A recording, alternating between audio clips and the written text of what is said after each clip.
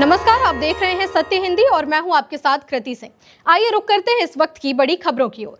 856 polling स्टेशनों में महिलाओं का 75% से अधिक नाम हटाया गया। 2915 स्टेशनों में औसत से 3 गुना अधिक हटाए गए मतदाता। 132 पोलिंग स्टेशनों में मृतक महिलाओं के नाम संदिग्ध रूप से हटाए गए। पश्चिम बंगाल में हाल ही में हुई SIR में महिलाओं के नाम पुरुषों से ज्यादा हटाए गए। लगभग 58 लाख मतदाता नाम हटाए गए, जिनमें 4 लाख से ज्यादा महिलाएं थीं। 856 पोलिंग स्टेशनों में 75% या उससे ज्यादा हटाए गए मतदाता महिलाएं थीं।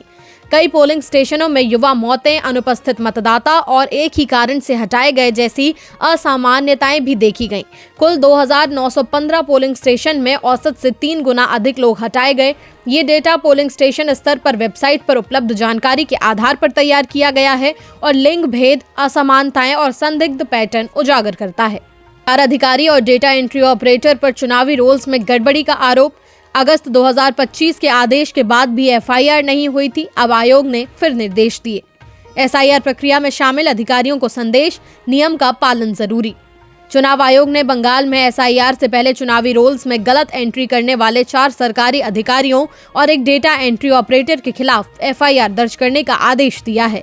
अगस्त 2025 में आयोग ने तत्काल FIR का निलंबन का निर्देश दिया था, जिसे राज्य सरकार ने टाल दिया था। अब CEO मनोज अग्रवाल को जिला चुनाव अधिकारियों को निर्देश देने के लिए कहा गया है। आरोपी अधिकारियों ने अपनी गलती स्वीकार की थी। आयोग ने स्पष्ट किया कि ये आदेश SIR प्रक्रिया में शामिल अधिकारियों और राज्य सरकार को ये संदेश देने के लिए है कि नियमानुसार कार्रवाई जरूरी है। US टैरिफ और एंटी डंपिंग ड्यूटी से ऑर्डर कैंसिलेशन। कंटेनर और टेस्टिंग लैब की कमी से एक्सपोर्ट धीमा। MSMEs और टेक्सटाइल सेक्टर की लागत बढ़ी। वैश्विक प्रतिस्पर्धा पर असर। केंद्र ने बताया कि सिर्फ ऊंचे अमेरिकी टैरिफ ही नहीं बल्कि महंगे कच्चे माल, टेस्टिंग लैब की कमी और कंटेनरों की कमी भी भारत के एक्सपोर्ट को प्रभावित कर रही है। बोर्ड ऑफ ट्रेड की बैठक में एक्सपोर्टर्स ने बताया कि इन वजहों से ऑर्डर रद्द हो रहे हैं और भुगतान देर से मिल रहा है। ज्वेलरी, मसाले, फार्मा, सी फूड और टेक्सटाइल सेक्टर सबसे ज्यादा प्रभावित है। MSMEs को भी कच्चे माल और ऊर्जा लागत में 15 से 20% ज्यादा खर्च झेलना पड़ रहा है। सरकार ने नए टेस्टिंग लैब, किफायती कंटेनर और एक्सपोर्ट प्रमोशन मिशन फंड में तेजी से उपयोग की जरूरत जताई।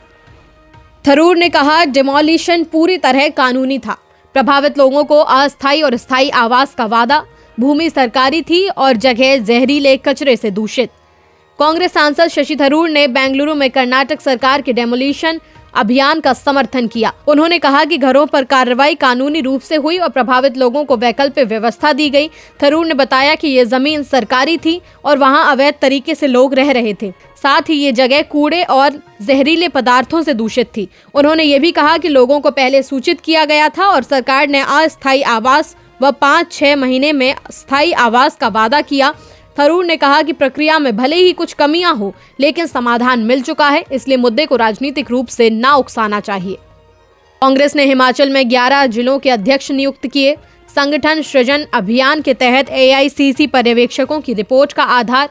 पार्टी को नई ऊर्जा और कार्यकर्ता जोश देने की कोशिश। कांग्रेस हाईकमांड ने हिमाचल प्रदेश में 11 जिलों के अध्यक्षों की नियुक्ति की है। 13 महीने से अधिक समय बाद जब राज्य और जिला इकाइयां भंग की गई थी। ये नियुक्तियां संगठन सृजन अभियान के तहत की गई हैं। AICC पर्यवेक्षकों की रिपोर्ट और वरिष्ठ नेताओं से विचार विमर्श के बाद नाम अंतिम किए गए। नए अध्यक्षों में मंडी के चंपा ठाकुर, कांगड़ा के अनुराग शर्मा, हमीरपुर की सुमन भारती शर्मा, लाहौल स्पीति के डोरजे अंगरूप और अन्य शामिल हैं। इस कदम से पार्टी के कार्यकर्ताओं को नई ऊर्जा मिलने और संगठन को मजबूत करने की उम्मीद है। हिमाचल के धर्मशाला कॉलेज में 4 महिला छात्रों और प्रोफेसर पर रैगिंग और यौन उत्पीड़न का केस। छात्रा की मौत के बाद FIR दर्ज, जांच जारी। भाजपा और CPIM ने निष्पक्ष जांच की मांग की। हिमाचल प्रदेश के धर्मशाला में एक 19 वर्षीय छात्रा की मौत के बाद 4 महिला छात्रों और एक प्रोफेसर के खिलाफ केस दर्ज किया गया है। छात्रा का आरोप था कि उसे 2025 में कॉलेज में रैगिंग और प्रोफेसर से यौन उत्पीड़न का सामना करना पड़ा। परिवार ने पुलिस में शिकायत की, लेकिन FIR उसकी मौत के बाद ही दर्ज हुई। पुलिस अब मेडिकल रिकॉर्ड, वीडियो और गवाहों के बयान जुटा रही है। प्रोफेसर ने आरोपों को खारिज किया है। भाजपा नेता जयराम ठाकुर और CPIM ने निष्पक्ष जांच की मांग की है और प्रशासन और पुलिस की भूमिका पर सवाल उठाए हैं। न्यूयॉर्क मेयर के नोट पर बीजेपी की कड़ी प्रतिक्रिया। गौरव भाटिया बोले, भारत के आंतरिक मामलों में दखल बर्दाश्त नहीं। उमर खालिद की जमानत को लेकर अमेरिकी सांसदों का पत्र। न्यूयॉर्क के मेयर जोहरान ममदानी के उमर खालिद को लिखे नोट पर बीजेपी ने कड़ा ऐतराज जताया है। पार्टी प्रवक्ता गौरव भाटिया ने कहा कि भारत अपने आंतरिक मामलों में किसी भी तरह की विदेशी दखलंदाजी बर्दाश्त नहीं करेगा। उन्होंने कहा कि भारत की न्यायपालिका पर 140 करोड़ लोगों का भरोसा है और कोई बाहरी व्यक्ति सवाल उठाने का हक नहीं रखता। भाटिया ने राहुल गांधी पर भी हमला बोलते हुए आरोप लगाया कि वे विदेश दौरों में एंटी इंडिया ताकतों से मिलते हैं। इस बीच कुछ अमेरिकी सांसदों ने उमर खालिद को जमानत देने की मांग की है।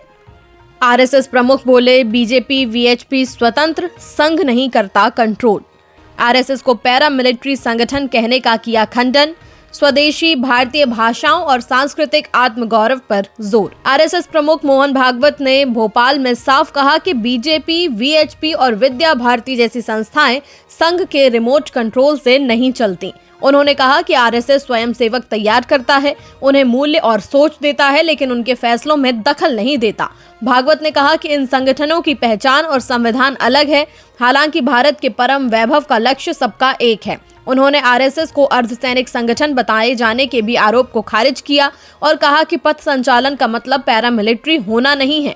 भागवत ने भारतीय भाषाओं, स्वदेशी और सांस्कृतिक आत्मविश्वास पर भी जोर दिया। आईएनएलडी प्रमुख अभय सिंह चौटाला के बयान से राजनीतिक बवाल। बीजेपी ने बयान को लोकतंत्र और संविधान पर हमला बताया। विपक्ष पर एंटी इंडिया नैरेटिव चलाने का आरोप। आईएनएलडी प्रमुख अभय सिंह चौटाला के बयान से सियासी विवाद खड़ा हो गया है। सोशल मीडिया पर वायरल वीडियो में चौटाला ने कहा कि जिस तरह श्रीलंका, बांग्लादेश और नेपाल में आंदोलनों से सरकारें गिरी, वैसा ही तरीका भारत में भी अपनाया जाना चाहिए ताकि मौजूदा सरकार को सत्ता से हटाया जा सके। इस बयान पर बीजेपी ने तीखी प्रतिक्रिया दी है। पार्टी प्रवक्ता शहजाद पूनावाला ने इसे संविधान और लोकतंत्र के खिलाफ बताया और कहा कि विपक्ष सत्ता के लिए देश की लोकतांत्रिक व्यवस्था को कमजोर करना चाहता है। बीजेपी नेता प्रदीप भंडारी और हरियाणा मंत्री कृष्ण बेदी ने भी बयान को गैर जिम्मेदाराना बताया। गंदे पानी मामले में इंदौर नगर निगम के शीर्ष अफसरों पर कार्रवाई। मौतों की संख्या पर सरकार और मेयर के बयान अलग अलग। भागीरथपुरा में टैंकर से पानी सप्लाई, लोगों को नल का पानी न पीने की सलाह। भागीरथपुरा में गंदे पानी से फैली डायरिया त्रासदी पर मध्य प्रदेश सरकार ने बड़ी कार्रवाई की है। नगर निगम आयुक्त दिलीप कुमार यादव को हटा दिया गया है, जबकि अतिरिक्त आयुक्त रोहित सिसोनिया को सस्पेंड कर दिया गया है। जल वितरण विभाग के प्रभारी इंजीनियर प्रदीप निगम को भी पद से हटा दिया गया है। इस बीच मौत के आंकड़े भी लेकर बढ़ते जा रहे हैं और विवाद बढ़ता जा रहा है। सरकार ने हाईकोर्ट में 4 मौतों की बात कही, जबकि मेयर पुष्यमित्र भार्गव ने 10 लोगों की मौत का दावा किया है। अब तक 294 मरीज भर्ती हुए हैं, जिनमें से 201 अभी भी अस्पताल में हैं। प्रभावित इलाके में टैंकर से पानी सप्लाई की घर घर सर्वे जारी है। बीजेपी शिवसेना गठबंधन ने 66 और एनसीपी ने 2 वार्ड जीते। कल्याण, डोंबिवली और जलगांव में गठबंधन की मजबूती। निर्विरोध जीत से गठबंधन को राजनीतिक बढ़त और रणनीति पर ध्यान। महाराष्ट्र के लंबे समय से लंबित नगर निगम चुनावों में मतदान से पहले ही बीजेपी शिवसेना गठबंधन 66 वार्ड और अजीत पवार की एनसीपी 2 वार्ड जीत चुकी है। शुक्रवार नामांकन फॉर्म वापसी की आखिरी तारीख थी, जिससे कई उम्मीदवार बाहर हो गए और 68 नेता निर्विरोध जीत गए। सबसे ज्यादा जीत कल्याण, डोंबिवली, एमएमआर से आई, 15 बीजेपी और 6 शिवसेना। जलगांव और पनवेल में भी गठबंधन ने कई सीटें अपने नाम कर ली। भिवांडी और ठाणे में शिवसेना ने भी महत्वपूर्ण जीत दर्ज की। राजनीतिक विशेषज्ञों का कहना है कि ये निर्विरोध जीत गठबंधन के लिए नया उत्साह देंगी और अन्य क्षेत्रों में चुनावी रणनीति पर ध्यान केंद्रित करने में मदद करेंगी। पाकिस्तान ने पहली बार चीन की मध्यस्थता के दावे का समर्थन किया। भारत ने पहले ही किसी तीसरे पक्ष की भूमिका से किया इनकार। अमेरिका और चीन दोनों संघर्ष विराम का श्रेय लेने के दावेदार। पाकिस्तान ने पहली बार खुलकर चीन के उस दावे का समर्थन किया है जिसमें बीजिंग ने मई 2025 के भारत पाकिस्तान टकराव के दौरान मध्यस्थ की भूमिका निभाने की बात कही थी। पाक विदेश मंत्रालय के प्रवक्ता ताहिर अंद्राबी ने कहा कि कि उस दौरान चीनी नेतृत्व पाकिस्तान के संपर्क में था और भारत से भी बातचीत हुई थी, जिससे हालात शांत हुए। हालांकि भारत पहले ही साफ कर चुका है कि संघर्ष विराम पाकिस्तान के डीजीएमओ के अनुरोध पर हुआ था, न कि किसी तीसरे देश की मध्यस्थता से। गौर करने वाली बात तो ये है कि अब तक पाकिस्तान इस टकराव को रुकवाने का श्रेय सिर्फ अमेरिका के राष्ट्रपति डोनाल्ड ट्रंप को देता रहा है। फिलहाल के लिए इतना ही। देश दुनिया की बड़ी खबरों के लिए देखते रहिए सत्य हिंदी।